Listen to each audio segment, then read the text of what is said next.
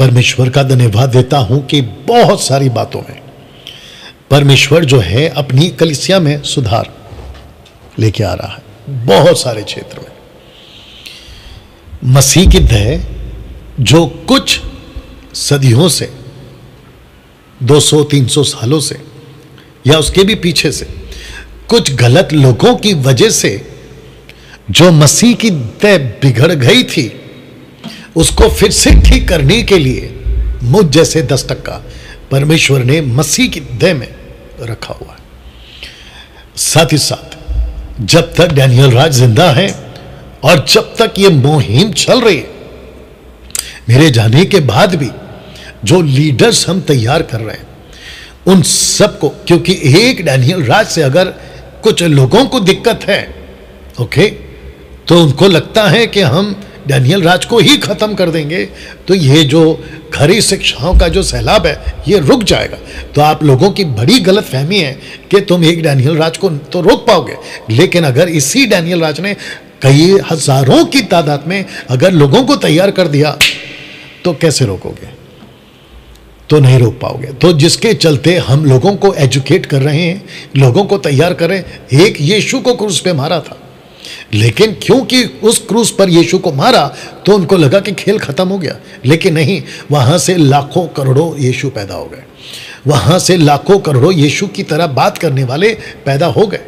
यीशु एक ही है, वो बात अलग है, लेकिन यीशु की तरह बात करने वाले, यीशु की तरह शिक्षा देने वाले, पवित्र आत्मा के द्वारा उद्धार पाकर उसकी शिक्षा को लेके जाने वाले आज लाखों करोड़ों लोग तैयार हो गए पूरे विश्व में। और ये सिलसिला जारी तब भी था और आगे भी रहेगा ना। दोस्तों, आप जानते हैं कि मैं बहुत अलग तरीके से आप लोगों के बीच में बात करता हूं।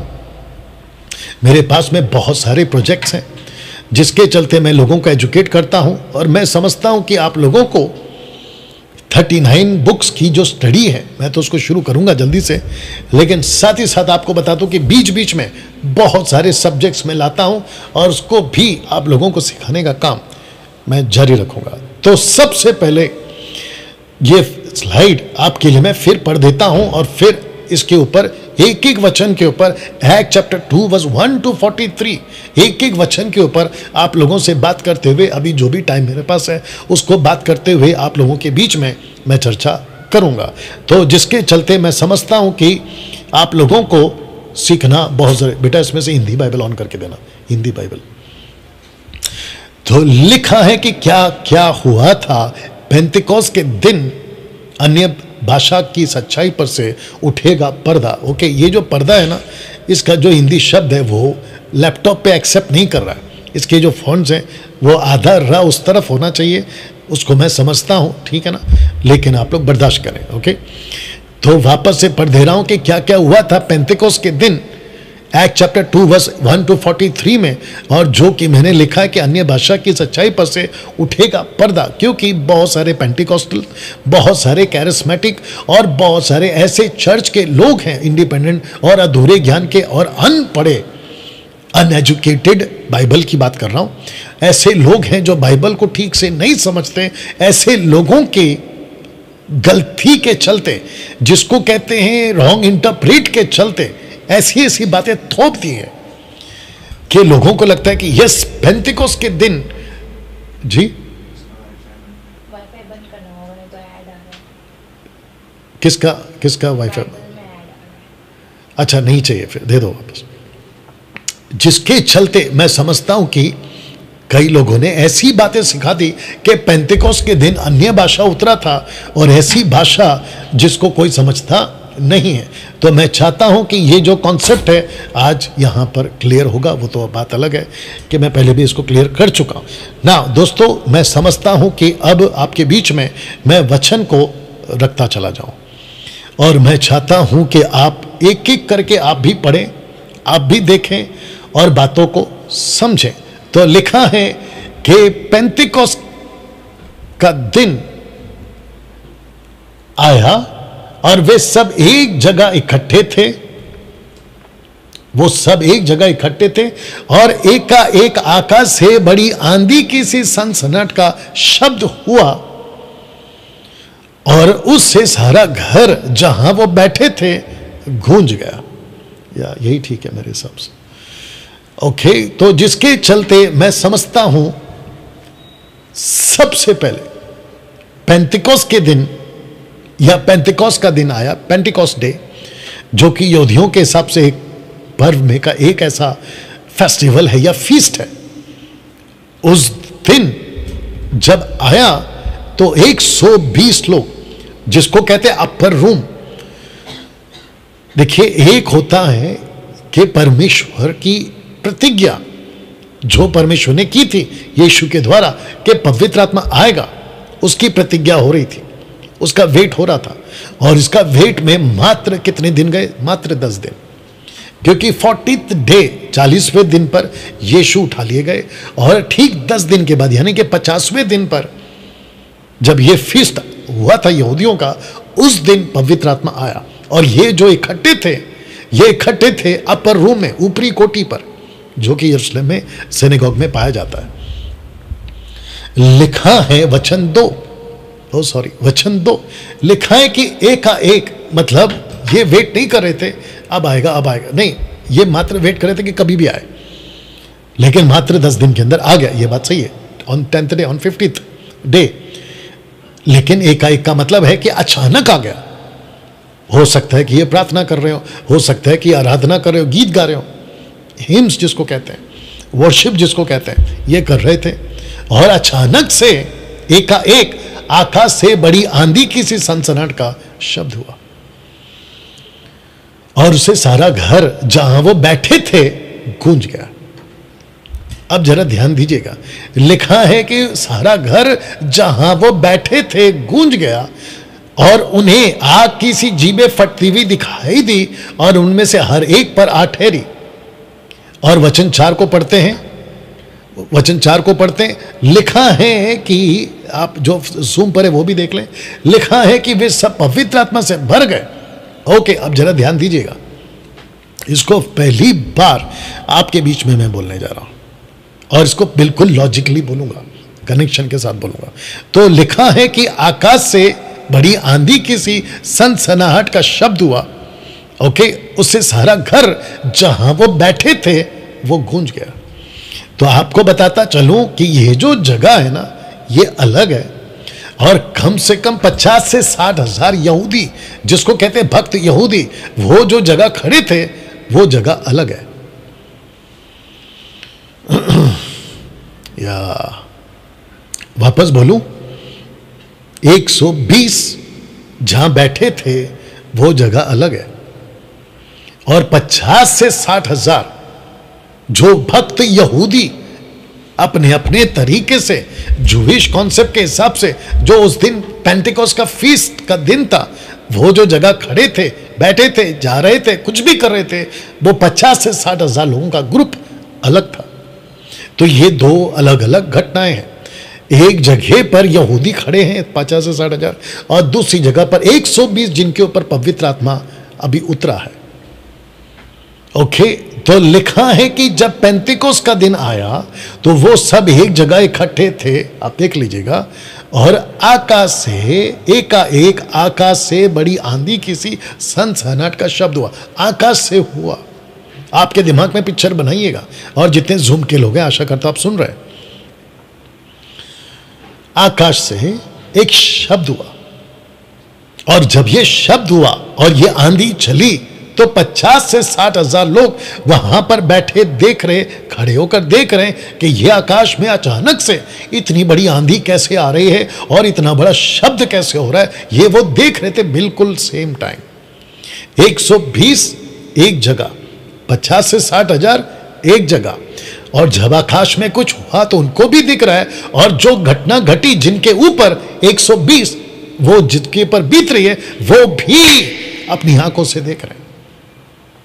वचन 3 लिखा है कि उन्हें आग की सी जीभें फटती हुई दिखाई दी और उनमें से हर एक पर आ ठहरी, उनमें से हर एक के ऊपर आ ठहरी। तो 120 देख रहे हैं, आग की सी जीभें फटती हुई दिखाई दी। ऐसी जीभें फट रही हैं, आग की सी जीभें फट रही हैं। इसका मतलब यह है कि जो जीभ है वो हरकत कर रही है, वो कुछ कार्य कर रही है, सुस्त नहीं है, वो मरी हुई जीभ नहीं है, वो बात करने वाली जबान है, हरकत कर रही है। ऐसा कुछ उनको दिखाई दी और उनमें से हर एक के ऊपर आ ठहरे। उनमें से, किन में से? जो 120 एक घर पर बैठे थे उनमें। वचन 4 लिखा है कि और वे सब पवित्र आत्मा से भर गए। और जिस प्रकार आत्मा से कौन भर गए? 120।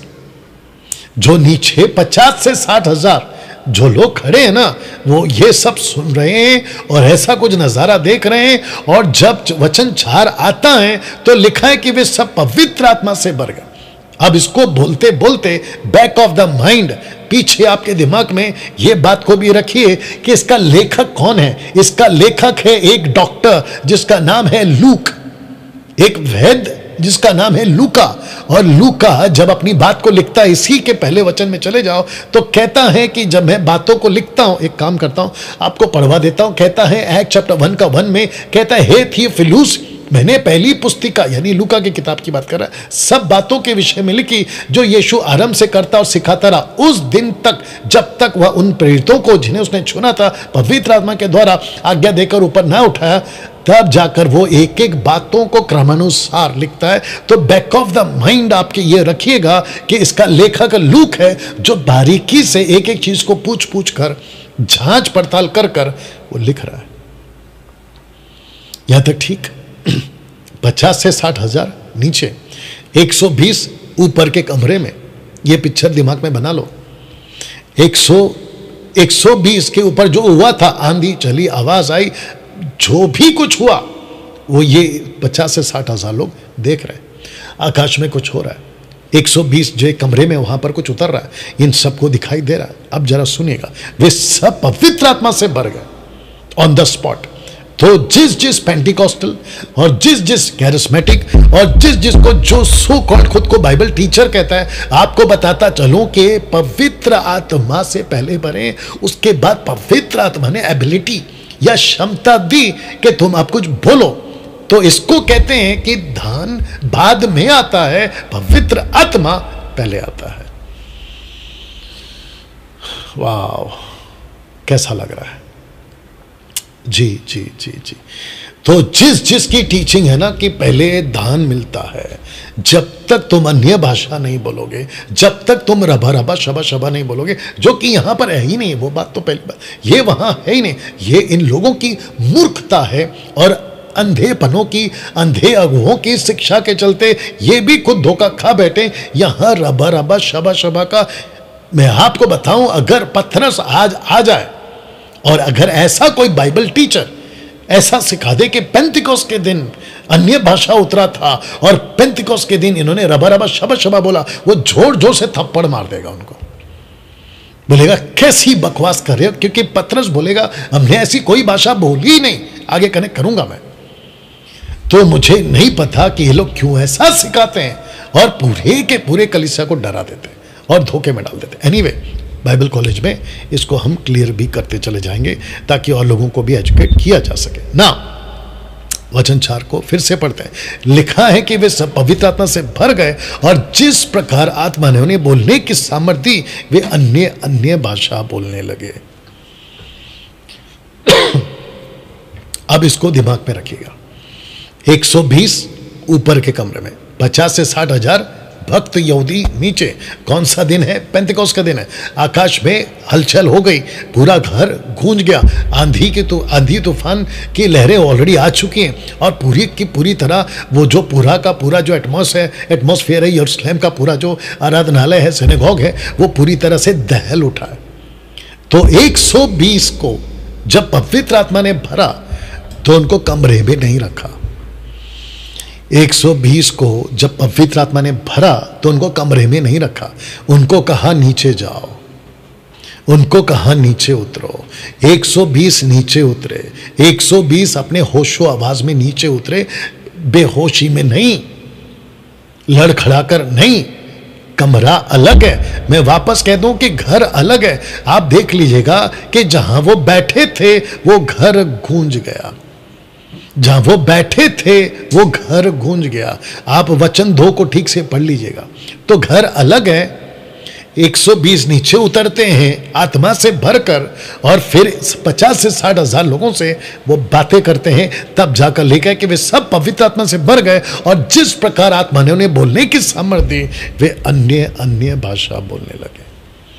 कहां? तो इसको कहते हैं कि जब घर पर बैठे थे तो आत्मा ने बोलने की सामर्थ्य दी, यानी कि पवित्र आत्मा आए, वहीं पर आए कमरे के अंदर, और जब उनको कहा कि अब तुमको बोलना है, तो उनको कहा नीचे जाओ और उनको बोलो ना। दोस्तों, इसका कनेक्शन कहां से ले सकते हैं? इसका कनेक्शन हम ले सकते हैं मरकुस की किताब, उसका 16 का 15, 16, 17, 18 तक भी जाइए, कोई दिक्कत नहीं। यीशु कहते हैं वचन 15 में, मुझे याद है इसलिए मैं बोल दे रहा हूं, आप लोग चेक कर लीजिएगा। यीशु कहते हैं कि ये सुसमाचार सारे जगत में प्रचार किया जाएगा, जो विश्वास करे बपतिस्मा ले उसी का उद्धार होगा, जो विश्वास नहीं करेगा दोषी ठहराया जाएगा। नॉट बपतिस्मा, ठीक है, उद्धार विश्वास की बात हो रही है। उसके बाद ये चिन्ह, दिस साइन विल फॉलो, ये चिन्ह उनके साथ होंगे। कौन सा चिन्ह? नंबर 1, दुष्ट आत्मा निकाले। किसकी? अविश्वासियों के। अन्य अन्य भाषा में बोले, किसके लिए? अविश्वासियों के लिए। तो वहां पे जो अन्य अन्य भाषा है, प्लूरल फॉर्म है, वो अन्य भाषा रबा रबा शबा शबा नहीं है। ये वहीं पर यही घटना हुई, क्योंकि यीशु ने कहा था कि जब तक ये नहीं होगा तुम जाना नहीं कहीं पे भी, यरूशलेम में रुके रहना। एक्ट चैप्टर 1 वर्स 8 में, जब पवित्र आत्मा आएगा तुमको एबिलिटी मिलेगी, तुमको सामर्थ्य मिलेगा, तुमको शक्ति मिलेगी। यही तो मिला। तो 120 पहले कमरे में थे, आत्मा से भरे, नीचे उतर रहे हैं, और जब नीचे उतरे तो लिखा है कि जिस प्रकार आत्मा ने उन्हें बोलने की सामर्थ्य दी, वे अन्य अन्य भाषा बोलने लगे। वाह, बात समझ में आ रही है? तो ये जितने भी सो कॉल्ड पेंटिकॉस्टल वाले, कैरिस्मेटिक ग्रुप वाले, और वो Shibu Thomas, doctor Shibu Thomas और इसके जैसे जितने भी, तुम कहते हो कि हमने ये थियोलॉजी, वो थियोलॉजी, ऐसी बाइबल कॉलेज, वैसी सेमिनार, हमने ये किया, हम खुद भी सिखाते, तो मेरा क्वेश्चन ये इतनी सिंपल चीज आप क्यों नहीं समझ पाते हो? आप लोग क्यों नहीं समझ पाते हो?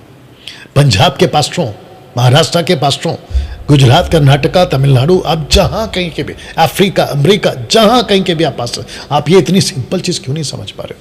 और इसमें इतना गड़बड़ क्यों करे? जितना साफ लिखा है, और कितना साफ लिख दिया, और कितना साफ पढ़ ले, तब जाकर फिर से आपके लिए पढ़ दे रहा हूं कि जब पेंतिकोस का दिन आया, मैं पीछे जा रहा हूं, जब पेंतिकोस का दिन आया, वे सब एक जगह इकट्ठे थे। वचन 2, एक आकाश से बड़ी आंधी की सी सनसनाहट का शब्द हुआ, उससे सारा घर जहां वो बैठे थे गूंज गया।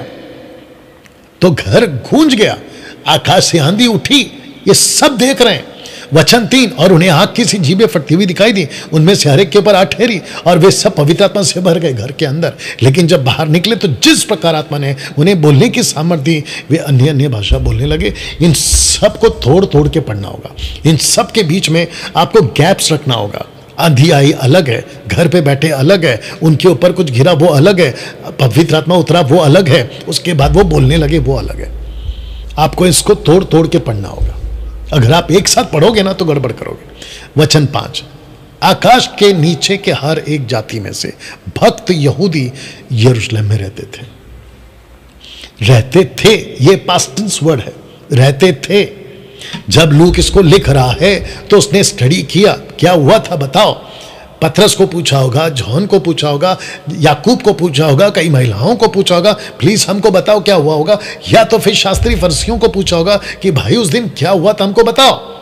तो जिसने इसको कहा लूक को कि लूका लिखो, एक एक लाइन लिखो, मैं बताता हूं कि इस दिन क्या हुआ था, कि हम सब देख रहे थे, अचानक से आकाश में से कुछ आंधी उठी, और फिर हमने ये देखा कि एक पर्टिकुलर जगह जहां यीशु के चेले 120 गलीली लोग जो इकट्ठा थे, वो जो जगह है वो अचानक से गूंज गया।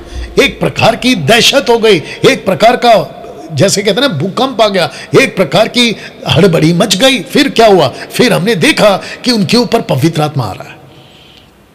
हमने देखा कि आग उतर रहा है, और आग का जो शेप है वो जबान है, और ऐसी जबानें फट रही हैं। इसका मतलब है कि वो मूव हो रही, वो हलचल कर रही हैं। बोला फिर क्या हुआ? फिर हमने देखा कि वो 120 नीचे उतर कर आ गए।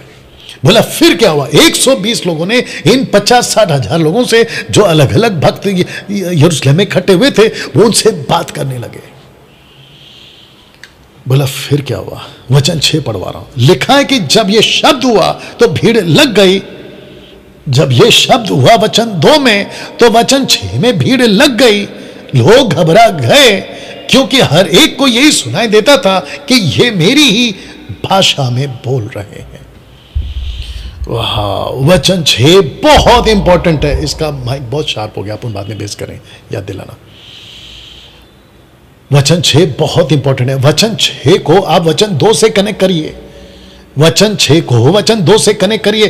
एक आकाश से बड़ी आंधी की से संतरण का शब्द हुआ, उससे सारा घर जमा बैठे थे। अब वचन 6 पढ़ो। जब वो शब्द हुआ तो भीड़ लग गई, लोग घबरा गए क्योंकि हर एक को ये बात सुनाई देता था कि ये तो मेरी मातृभाषा में बोल रहे हैं। इसका मतलब ये हुआ कि जब पवित्र आत्मा आया, जहां वो घर था वो गूंज गया। और वो जब नीचे आए तो उन्होंने क्या देखा कि अरे ये जो बोल रहे हैं ये तो मेरी मातृभाषा है, ये तो मेरी खुद की भाषा है। और कौन कौन सी भाषा में रखूंगा? तो लूक इसको लिख रहा है, दिमाग में रखो कि लूक इसको लिख रहा है। आज जो आज पढ़ रहे हैं ना हम, लूका की लिखी हुई, जो डॉक्टर है ना लूक, वो उसकी लिखी हुई स्टेटमेंट पढ़ रहे हैं। वाह, हम लूका की लिखी हुई स्टेटमेंट पढ़ रहे हैं। और लूका कहता है, अगर मैं पढ़ रहा हूं तो लूका मुझे कह रहा है कि डैनियल ये हुआ था उस दिन कि जिसने भी बात करी 120 ने, वो ऐसी भाषा थी जिसको कहते हैं कि वहां के लोगों ने सर्टिफिकेट दिया, वहां के लोगों ने प्रूफ दिया, वहां के लोगों ने अपने अपने स्टेटमेंट्स दिए कि मैं किसी को सुन रहा हूं, ये मेरी भाषा है। कोई दूसरा सुन रहा है तो तीसरा बोल रहा है ये मेरी भाषा है, कोई चौथा बोल रहा है तो पांचवा सुन रहा है ये तो मेरी भाषा है। ऐसा लिखा है कि जब शब्द हुआ तो भीड़ लग गई, लोग घबरा गए क्योंकि हर एक को यही सुनाई देता था ये मेरी भाषा बोल रहा है। वचन 7 आपके बीच में पढ़ने जा रहा हूं। वे सब चकित, अचंभित होकर कहने लगे, देखो ये जो बोल रहे हैं क्या सब गलीली नहीं है? इसका मतलब क्या है? वो अचंभित, चकित इसलिए हो गए क्योंकि पतरस और यूहन्ना, जो कभी उनकी मातृभाषा को नहीं सीखा, जो कभी उन्होंने नहीं समझा, जो कभी उन्होंने स्कूल में नहीं सीखा, ऐसी भाषा जिसको कहते हैं मातृभाषा, मदर टंग, और वो भी इतनी एक्यूरेट और इतने क्या कहते हैं उनका जो उच्चारण होता है, प्रोनाउंसिएशन, वो इतना सटीक था। वो लोग बोले बाप रे, ये तो ऐसे भाषा में बात कर रहे हैं जैसे कि हमारे लोकल के गांव के लोग जो लोकल भाषा बोलते हैं ना, बिल्कुल सटीक, नाना नानी, दादा दादी, काका काकी, ऐसे सटीक बोल रहे हैं। जबकि ये लोग कौन है? गलीली है। गलीली से मेरा मतलब है उस वक्त के हिसाब से यूनानी, यूनानी से मतलब है ग्रीक। वाह, कैसा लग रहा है अभी तक? इसको ऐसे पढ़ते हैं मेरे दोस्तों, ऐसे समझते हैं।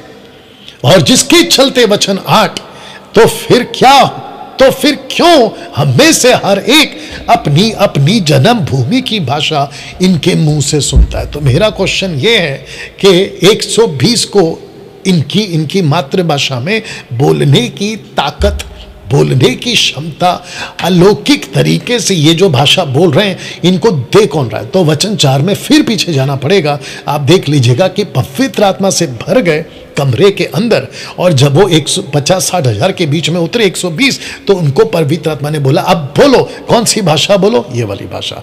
लिखा है कि अपनी अपनी जन्म भूमि की भाषा बोलो। तो 120 ने कौन सी भाषा बोली? 120 ने उनकी मातृभाषा बोली। तो सबसे पहले ये जितने भी ग्रुप वाले हैं, जो रबा रबा शबा शबा के ग्रुप वाले, मैं इन सबको पूछना चाहता हूं, आप इसको कैसे गलत साबित करोगे कि वो भाषा तुम लोगों की आज जो बोली जा रही है रबा रबा, ये वो है? अगर तुम कहते हो कि वो है, तो तुमसे बड़ा अंधा, आत्मिक अंधा, और तुमसे बड़ा महामूर्ख कौन हो सकता है? और मुझे ताज्जुब है कि तुम्हारे चर्च के लोग तुमको कैसे सुन रहे हैं जबकि इतना साफ लिखा है। मेरी पवित्र आत्मा से अभी प्रार्थना है, यीशु से मेरी अभी प्रार्थना है कि जो इस वीडियो को देख रहा है और अभी जो लाइव देख रहा है और जो जूम पर देख रहे हैं, मैं चाहता हूं कि आप सबकी आत्मिक आंखें प्रभु खोले, आपकी बुद्धि खोले, और वो सभी जो ऐसा कॉन्सेप्ट को लेके चल रहे हैं कि पेंतिकोस्त के दिन ये दान उतरा था, उन सब की आंखें खोले और वो सत्य को जाने और एक बहुत बड़े ट्रैप से बच जाए, जिसको कहते हैं शैतान के फंदे से बच जाए। ओके, वचन 8 अब रखने जा रहा हूं। वचन 9 कौन सी भाषा थी? लिखा है, हम जो पार्थी, मेदी, एलामी, मेसोपोटामिया, यहूदिया, कप्पादोकिया, पिंतुस, आसिया, फुग्रिया, पंफूलिया, मिस्र, लिबुआ देश के रहने वाले, रोमी, यहूदी या यहूदी मत धारण करने वाले, क्रेती और अरबी, टोटल 18 के आसपास जाति के लोग, 50 से 60 हजार की पॉपुलेशन के उस वक्त की भीड़, वो सब के सब लूक को कह रहे हैं, लेखक लूक को कह रहे हैं, राइटर लूक को कह रहे हैं कि हम थे उस दिन, हम थे उस दिन। जब पतरस बोल रहा था तो पार्थी बोल रहा था, जब पतरस बोल रहा था तो मैदी बोल रहा था, एलामी बोल रहा था, मेसोपोटामिया बोल रहा था, यहूदी की भाषा, कप्पादोकी, पंतुस, आसिया, फुग्रिया, पंफूलिया, ये मिस्र, अरबी, क्रेती, ये लोकल लैंग्वेज की भाषा 120 बोल रहे थे। तो ये भाषा बोलने की ताकत कब मिली? जब पवित्र आत्मा उतरा। पवित्र आत्मा ने ये भाषा इनसे क्यों बुलवाई, ये वाली भाषा इनसे क्यों बुलवाई? क्योंकि इन सबको प्रोफेसी करना था, भविष्यवाणी करनी थी, इनके ऊपर प्रोफेसी करनी थी, इनको वचन सुनाना था। रोमियो, माफ करना, मरकुस का 16 का 17, ये इनसे पढ़वाना था, ये इनसे बुलवाना था, सब ठीक, ये इनसे बुलवाना था और इनको प्रीच करवाना था, योएल की भविष्यवाणी को पूरा करना था और इनको कहना था कि तुम प्रभु यीशु की बातें सुनो, मैं रखूंगा अभी। तो मेरा क्वेश्चन ये है, रबा रबा शबा शबा लबा लबा अगर बोला था तो ये सारे के सारे एक साथ मिलके उन सेवकों को और पास्टरों को और बाइबल टीचरों को और सो कॉल्ड थियोलॉजी स्टडी करने वाले डॉक्टर शिबू थॉमस टाइप के लोगों को खूब थप्पड़ मारेंगे, बोलेंगे कैसे बकवास कर ले रहे हो तुम लोग, ऐसी कोई भाषा का दान उतरा ही नहीं था जिसको आज बोला जा रहा है रबा रबा शबा शबा लबा लबा।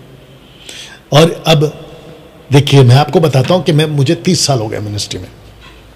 इन 30 सालों में African, American, Europe, Chinese, Asian, Bharat के सब कंट्री के लोग मेरे मुंबई के अंदर आकर अपनी अपनी बकवास की टीचिंग आज से कुछ 7, 8, 10 साल पहले सिखा चुके हैं।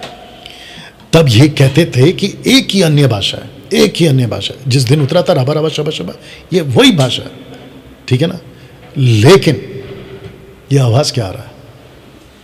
लेकिन उसके बाद जब मुझ जैसे लोगों ने टीच करना शुरू किया, उसके बाद इनकी अकल खुली, फिर इन्होंने बोलना शुरू किया कि नहीं नहीं नहीं, पेंतिकोस्त के दिन तो उतरा लोकल भाषा थी, पवित्र पृथ्वी की भाषा, लेकिन एक्ट 1 कोरिन्थियन चैप्टर 14:2 वो अलग था।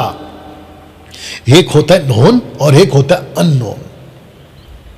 अब बताओ, शिबू थॉमस जैसे लोग ये आप सिखाना शुरू कर दें, कुछ पेंटिकॉस्टल, कैरिस्मेटिक और पंजाब इधर उधर के लोग ये सिखाना शुरू कर दें कि पेंटिकॉस्ट के दिन उतरा था नोन लैंग्वेज और 1 कोरिन्थियन 14:2 में उतरा था अननोन लैंग्वेज। उसको नाम दे दिए ऐसी भाषा जिसको कोई नहीं समझता। तो मेरा क्वेश्चन ये है, जब आज से 7, 8, 10 साल पहले जो तुम्हारे पापा लोग आते थे भारत में, मुंबई में, तो फिर तब वो गलत है ना? तो कबूल करो वो गलत है ना। जैसे तब वो गलत है ना, वैसे आज तुम लोग गलत हो, अननोन वाले लोग, जबकि ऐसा कोई दान है ही नहीं। तो वचन 11 पढ़ने जा रहा हूं। लिखा है, परंतु अपनी अपनी भाषा में उनसे परमेश्वर के बड़े बड़े कामों की चर्चा सुनते हैं।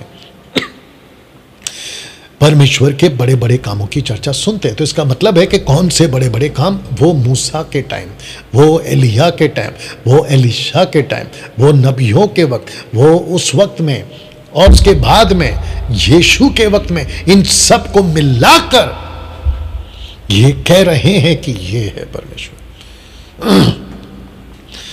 आश्चर्य कर्मों की चर्चा क्यों कर रहे हैं? लिखा है कि बड़े बड़े कामों की चर्चा क्यों कर रहे हैं? क्योंकि यहूदी तो चिन्ह चाहते हैं। यहूदी क्या चाहते हैं? चिन्ह चाहते हैं। यहूदियों को मूसा, इजरायली, जब यहूदी, पहले इजरायली थी बाद में यहूदी, ठीक है ना, इजरायलियों को चाहिए क्या था? मूसा को परमेश्वर ने बोला जाओ, मूसा कहता है वो मुझ पर यकीन कैसे करें? बोला चमत्कार करो। एलिया को क्या कहा? चमत्कार करो। एलीशा को क्या कहा? चमत्कार करो। यीशु को क्या कहा? चमत्कार करो। और इस चमत्कार को देखकर उनको यकीन होता था कि यस बाबा, आज हमको चमत्कार की जरूरत नहीं है, जो कि बहुत सारे पास्टर लोगों का गलत धारणा है। कहते चमत्कार दिखाओ विश्वासी बना। नो, आप उनको वचन सुनाओ और उनको विश्वासी बनाओ। चमत्कार का कॉन्सेप्ट खत्म हो गया साहब। मैं नहीं कहता कि चमत्कार नहीं होते, चमत्कार होते हैं, लेकिन एक होता है चमत्कार का दान, एक होता है परमेश्वर अपनी मर्जी से चमत्कार करता है। गिफ्ट्स अलग हैं, परमेश्वर की मर्जी के चमत्कार अलग है। वो गिफ्ट देते थे, वो गिफ्ट आते थे, जैसे मूसा पर, एलिया पर, एलीशा पर, यीशु पर, पौलुस पर, पतरस पर। लेकिन जब वचन की स्थापना हो गई, 1 कुरिन्थी 13 वचन 11 से आगे, जब सर्वसिद्ध आएगा, सर्वसिद्ध कौन है? वचन। यही तो लिखा है कलीसिया को, इफिसियों का 5वां वचन 25-26, कलीसिया को वचन के द्वारा स्नान कराओ। 1 पत्र 2:2, उनको आत्मिक दूध पिलाओ, यानी वचन पिलाओ। कलीसियों 3:15-16 क्या कहता है? जितने भी हैं वचन से भर जाए। तो जो वचन से जीवित रहता है वो वचन ही उसको बचाएगा। लेकिन आजकल क्या करें? चमत्कार के नाम पे, जबकि होते कुछ भी नहीं है, वो बात अलग है। लूसीफर भी करता है चमत्कार, आपको ये भी समझना होगा। तो पर अपनी अपनी भाषा में उनसे परमेश्वर के बड़े बड़े कामों की चर्चा सुनते थे।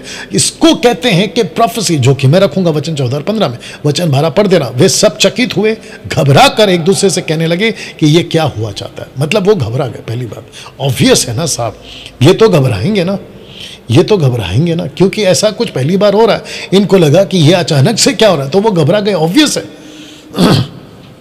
और आपस में कहने लगे, 50-60 हजार लोग आपस में कहने लगे कि ये क्या हुआ चाहता है। तो ये है, अभी तक हो गया टोटल 3, माफ करना 2 ग्रुप, अब आ रहा है तीसरा ग्रुप। एक है 120 का, दूसरा है 50 से 60 हजार लोगों यहूदियों का, अब आ रहा है तीसरा ग्रुप। वचन 13 पढ़िए। लिखा है, परंतु दूसरों ने ठट्ठा करके कहा, वे तो नई मदिरा के नशे में चूर है। ये तीसरा ग्रुप कौन सा है? लिखा है दूसरों ने।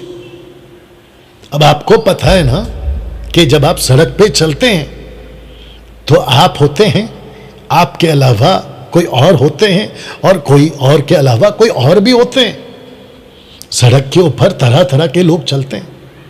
कोई होते हैं जो बिल्कुल सजन होते हैं, जिसको कहते हैं जेंटलमैन्स होते हैं, बिल्कुल कहते हैं ना डिसिप्लिन में रहते हैं। लेकिन कुछ होते हैं जो गुंडे टाइप के हैं, कुछ लोग होते हैं जो बदतमीज टाइप के हैं। ऐसे लोग वहां थे। ये है तीसरा ग्रुप। तो वापस कह दूं, 120 ऊपर के कमरे में, 50 से 60 हजार नीचे सड़क पे यरूशलेम के मंदिर के पास, और तीसरा जो सड़क में घूम रहे। और ये जब सब कुछ हुआ, इन्होंने भी देखा, आकाश में से आंधी आ रही, इन्होंने भी देखा। तीसरे ग्रुप ने अचानक से 120 के ऊपर पवित्र आत्मा उतरा, तीसरे ग्रुप ने भी देखा। और जब वो नीचे उतर के जब वो बात कर रहे हैं, तो ये 12 वचन कहता है कि ये क्या हो रहा है, हमको नहीं पता। वो घबरा गए, आपस में कहा ये क्या हो रहा है। जबकि ये जो वचन 12 वाले, इनको योएल की प्रोफेसी पता होनी चाहिए थी, लेकिन ये यहां पे भूल गए। वो इसलिए भूल गए क्योंकि उस वक्त में तोरा, जिसको कहते हैं, माफ करना, तनाक, ओल्ड टेस्टमेंट उनके पास में नहीं होता था, उनको मंदिर में जाके पढ़ना होता था। शायद इनमें से कई लोगों को याद नहीं है कि योएल ने क्या कहा था, ये भूल गए। वचन 13 में ये तीसरा ग्रुप आ गया, जो मजाक उड़ाते हैं।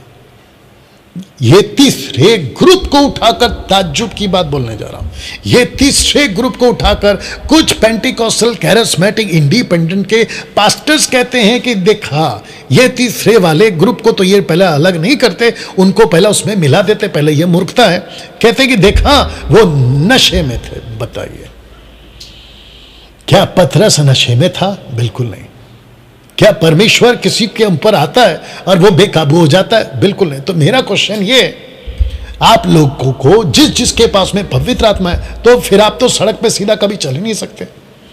आप तो लड़खड़ा के चलोगे, बात ही आपकी लड़खड़ाने वाली होगी। ये किस प्रकार का बकवास का कनेक्शन डाल दिया कि देखो, लोगों ने कहा कि वो नशे में, और जब किसी के ऊपर पवित्र आत्मा आता है तो वो नशे में आता है। जबकि पौलुस बिल्कुल साफ कह चुका है इफिसियों की किताब में, अगर मैं गलत नहीं हूं, इफिसियों की किताब, आपके पास आपका मोबाइल है, इफिसियों की किताब लीजिए, इसमें से इफिसियों उसका 5वां अध्याय वचन 17 निकाल के देना, और 17-18 में देखो, दाखरस से मत वाले मत बनो, पौलुस खुद कहता है। तो फिर मेरा प्रश्न ये है कि क्या पौलुस और पवित्र आत्मा एक दूसरे का विरोधी हैं? कैसे कॉन्ट्रडिक्ट कर सकते हैं? पौलुस कहता है कि दाखरस से मत वाले मत बनो, बल्कि आत्मा से मत वाले हो जाओ। इसका मतलब क्या है? वो सिखाते सिखाते, Ephesians, make it fast, Ephesians chapter 5 verse 17-18 पढ़ो, देखो वहां पर क्या लिखा है। दाखरस से मत वाले मत बनो, 18 दीजिए, आपके लिए पढ़ दे रहा हूं। लिखा है इफिसी की किताब उसका 5वां अध्याय और वचन, ओके, आपको इफिसियो 5 का 1 से पढ़ना है अगर कॉन्टेक्स्ट चाहिए। इफिसियो आपको 1 से पढ़ना है अगर आपको कॉन्टेक्स्ट चाहिए, क्योंकि वो विश्वासियों को डांट लगा रहा है कि सांसारिक मत बनो, गलत काम मत करो, मूर्ति पूजा मत करो। ऐसा बोलते बोलते बोलते वचन 15 से पढ़ता हूं। कहता है कि ध्यान से देखो कैसी चाल चलते हो, निर्बुद्धियों के समान नहीं पर बुद्धिमानों के समान चलो। वचन 16, अवसर को बहुमूल्य समझो क्योंकि दिन बुरे हैं। वचन 17, इस कारण निर्बुद्धि ना हो पर ध्यान से समझो कि प्रभु की इच्छा क्या है। वचन 18, दाखरस से मत वाले ना बनो। बताइए, ये तीसरे ग्रुप को, जो कि अविश्वासी ग्रुप है, ना यहूदी हैं, ना चेलों में से, ना परमेश्वर से कोई कनेक्शन है, ये कोई तीसरा ग्रुप है। लिखा है परंतु दूसरों ने ठट्टा करके मजाक उड़ाया। तुम तीसरे ग्रुप को क्रिश्चियन ग्रुप बना दे रहे हो, क्या मूर्खता है तुम्हारी। तुम तीसरे ग्रुप को आत्मिक ग्रुप बना दे रहे हो, क्या मूर्खता है तुम्हारी। और तीसरे ग्रुप जो मजाक उड़ा रहे हैं, जो अविश्वासी हैं, जिनका बाइबल से, परमेश्वर से कोई लेना देना, तनाक से कोई लेना देना नहीं है, तुम उसको उठाकर हम पे थोप रहे हो कि देखो वो लोग नशे में थे, जबकि पौलुस कहता है कि दाखरस से मत वाले मत बनो। तो अफ्रीकन जितने जूम पर है, आप लोग भी समझ रहे हैं बात को, देखिए क्या गड़बड़ चल रहा है। अफ्रीका में, यूरोप में, चाइनीज कंट्री में, अफ्रीकन कंट्री में, यूरोप क्या कहते हैं उसको, भारत के अंदर बहुत सारे लोग जब पवित्र आत्मा से भरते, जो कि दुष्ट आत्मा उनका, और वो लड़खड़ाते हैं, चीखते हैं, कुत्तों की तरह भौंकते हैं, भाऊ भाऊ भाऊ भाऊ, और पता नहीं क्या क्या हरकत करते हैं, घास खाते हैं, पता नहीं क्या क्या करते हैं, उनको तुम कहते हो कि ये आत्मा से भरे। क्या बकवास है ये। इसको कहते हैं पवित्र आत्मा का मजाक उड़ाना। एक भी पास्टर अगर कोई ऐसा वीडियो देखा है जहां पे पुलपिट पे खड़े होके जो प्रीचर, लेडी हो या जेंट्स हो, जो आत्मा से भरकर खुद को कहती है मैं नशे में हूं, वो पवित्र आत्मा नहीं है, वो दुष्ट आत्मा, नरक से आया हुआ। एनीवे, तो वचन 14 आ रहा है। ओके, एक और चीज को कनेक्ट कर देता हूं, फिर उसके बाद में आगे बढ़ता हूं। वचन 13 तक किसी को नहीं पता चल रहा है, 1 से लेके 13 तक किसी को नहीं पता चल रहा है कि दरअसल में हो क्या रहा है। किसी को नहीं पता चल रहा है कि हो क्या रहा है। वचन 14 में पौलुस, माफ करना, पतरस इसको क्लियर करता है।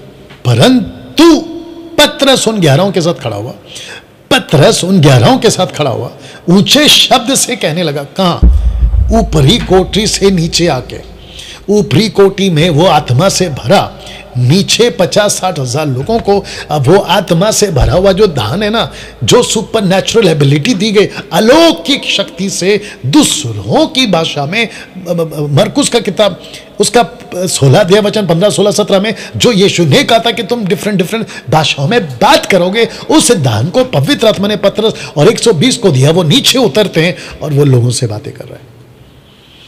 लिखा है कि पतरस उन 11 के साथ खड़ा हुआ, तो इसका मतलब है टोटल 12 हो गए। ये देख लीजिएगा 12 का कनेक्शन क्या है, क्योंकि 12 लोग थे जिनको कहा गया था कि तुम मेरे गवाह हो। 120 को तो उसने चुना था, लेकिन उन दिनों में जो अपोस्तल्स होते थे, जिसको लिखा है कि परंतु पतरस उन 11 के साथ खड़ा हुआ, जो प्रेरित कहलाए जाते थे अपोस्तल्स।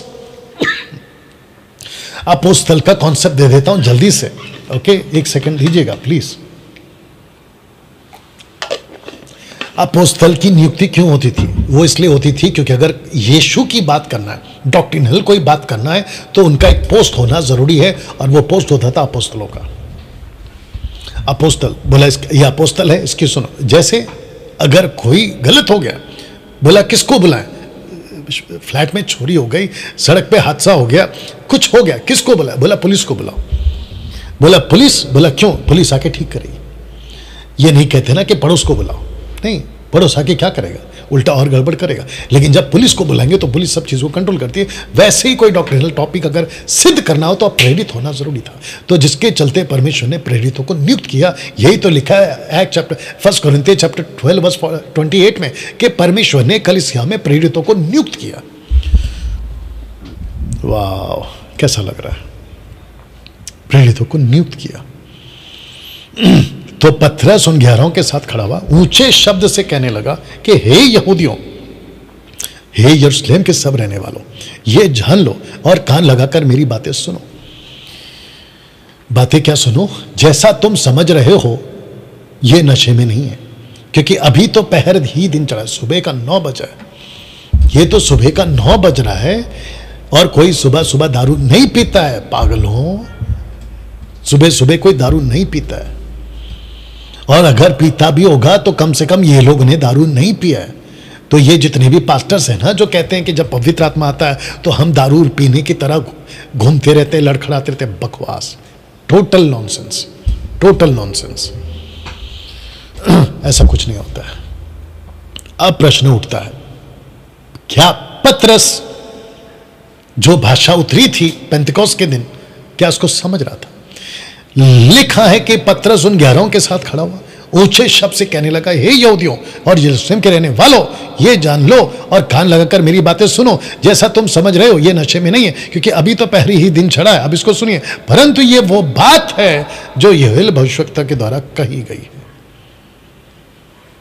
इसका मतलब ये हुआ कि वचन 12 में जो लोग घबरा गए थे उसको, और ये जो तीसरा ग्रुप है औरों को जो ठट्टा कर रहे थे उनको, ये उनकी भाषा में उनको समझा रहा है। तो मेरा क्वेश्चन ये है, ये उनकी भाषा कब समझेगा?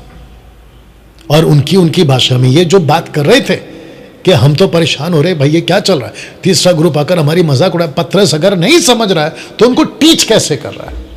तो इसको कहते हैं कि बोलने वाला भी और सुनने वाला भी भाषाओं को समझ रहे थे। वाह,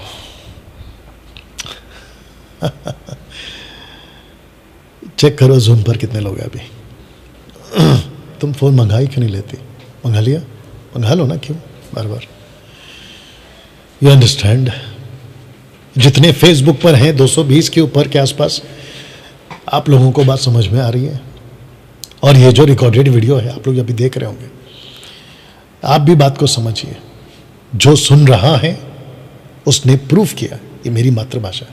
जो बोल रहा है वो कह रहा है कि तुम जो बोल रहे हो ना, हम सुन रहे हैं, हम समझ रहे हैं। तो मुझे नहीं समझ में आता, पेंटिकोस्टल, कैरिस्मेटिक और ये जितने भी ग्रुप के लोग हैं, तुम लोग कैसे कह देते हो कि पतरस को पता ही नहीं है कि वो क्या बोल रहा था? मैं आपको प्रूफ दूंगा। वचन 17 आपके बीच में पढ़ने जा रहा हूं। परमेश्वर कहता है कि अंत के दिनों में ऐसा होगा। वचन 15 को, जी मैंने आपके लिए 16 पढ़ दिया। ये बात हुआ है जो वचन 16 को पढ़वा देता हूं। पीछे कहां गया 16? हाँ, ये आ गया। परंतु ये बात है कि योएल भविष्यवक्ता के द्वारा कही गई है। वचन 17, परमेश्वर कहता है कि अंत के दिनों में ऐसा होगा कि मैं अपनी आत्मा सब मनुष्य पर उंडेलूंगा। तुम्हारे बेटे तुम्हारी बेटियां भविष्यवाणी करेंगी, तुम्हारे जवान दर्शन देखेंगे, तुम्हारे पुण्य स्वप्न देखेंगे। वचन 18, वचन 17 3 बार आ गया क्या? ओके, वचन 18, ओके, वचन 18, वरन मैं अपने दासों और दासियों पर भी उन दिनों में अपनी आत्मा उड़ेलूंगा और वे भविष्यवाणी करेंगे। यहां तक रुक जाएंगे, वो भविष्यवाणी करेंगे। कितने?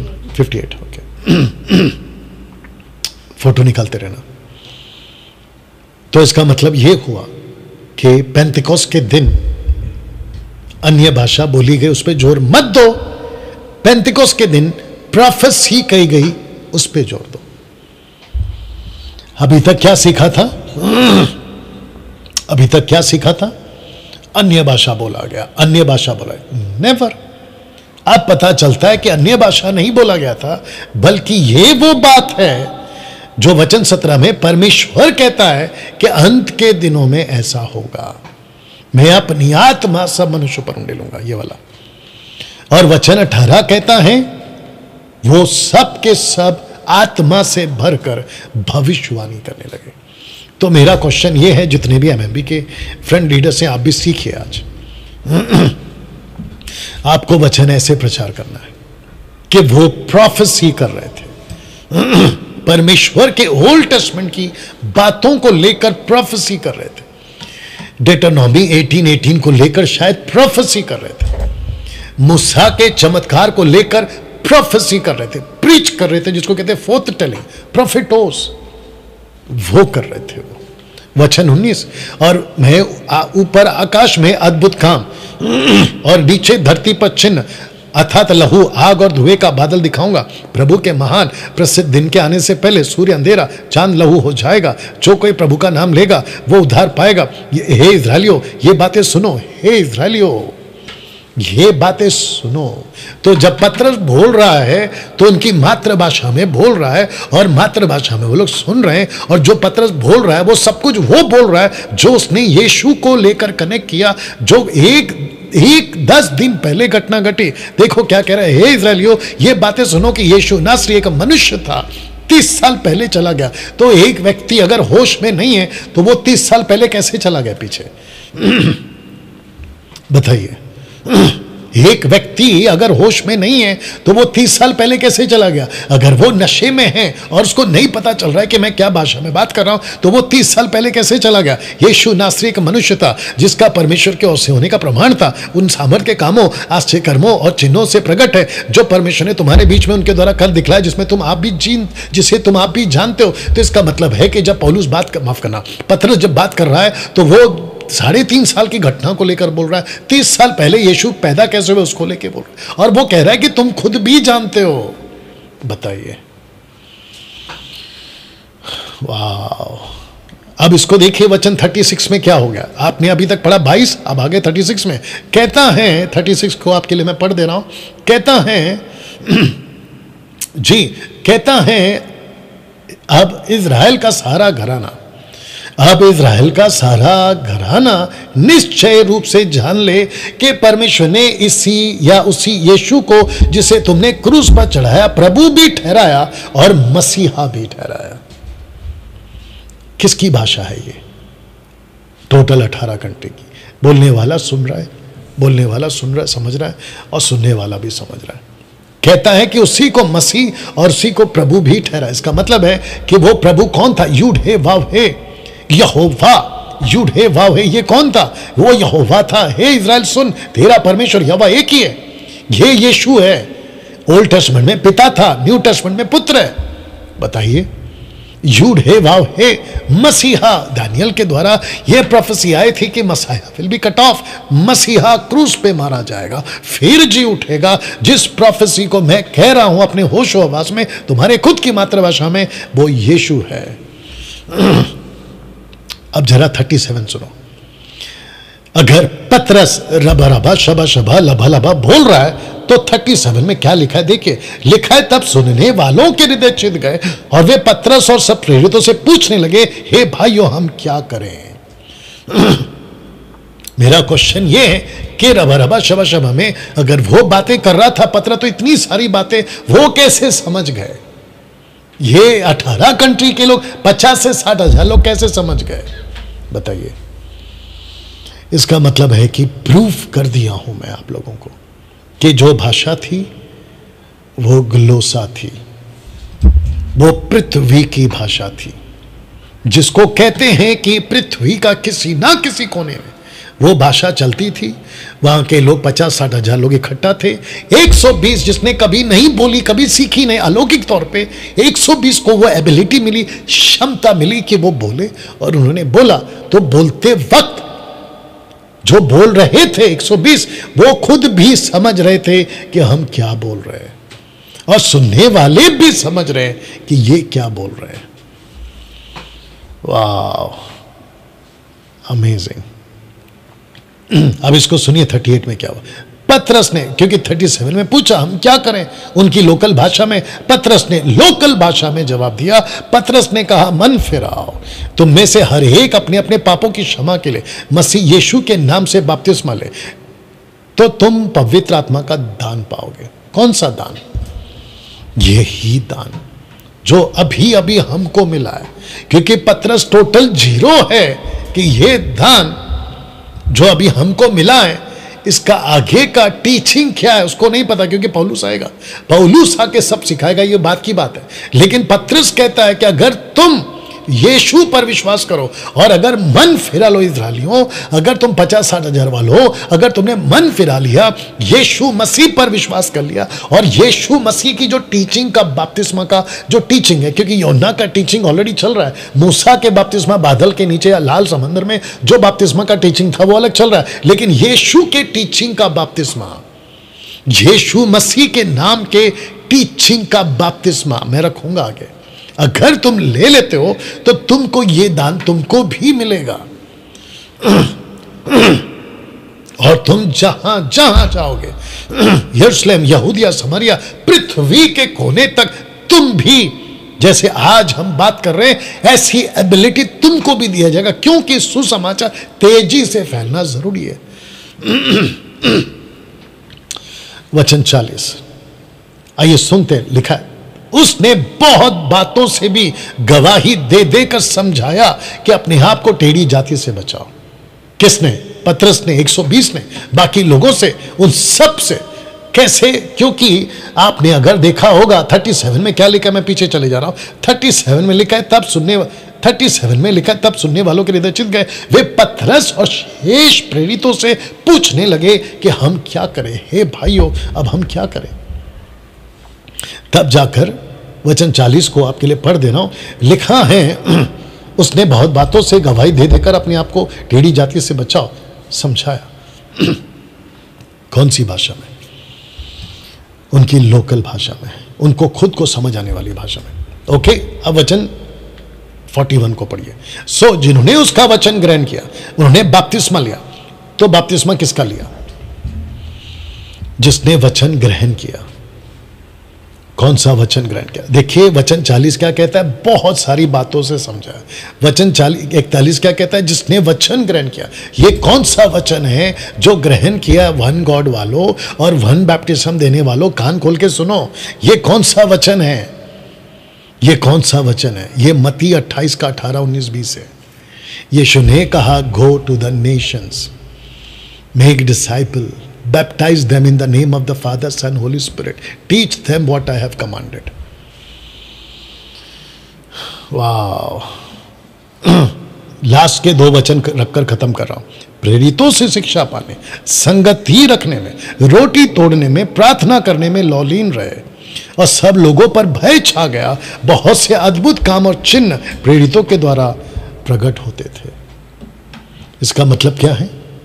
इसका मतलब यह है कि ऐसी एक कलीसिया बन गई थी जो जाति जाति के लोगों की कलीसिया थी। अब ये सिर्फ यूनानी नहीं बोल रहे, अब ये सिर्फ अरामिक नहीं बोल रहे, अब ये सिर्फ लैटिन नहीं बोल रहे, बल्कि बाकी 18 कंट्री से आए हुए उद्धार पाए हुए लोगों की मिली जुली कलीसिया यहां पे तैयार हो गई।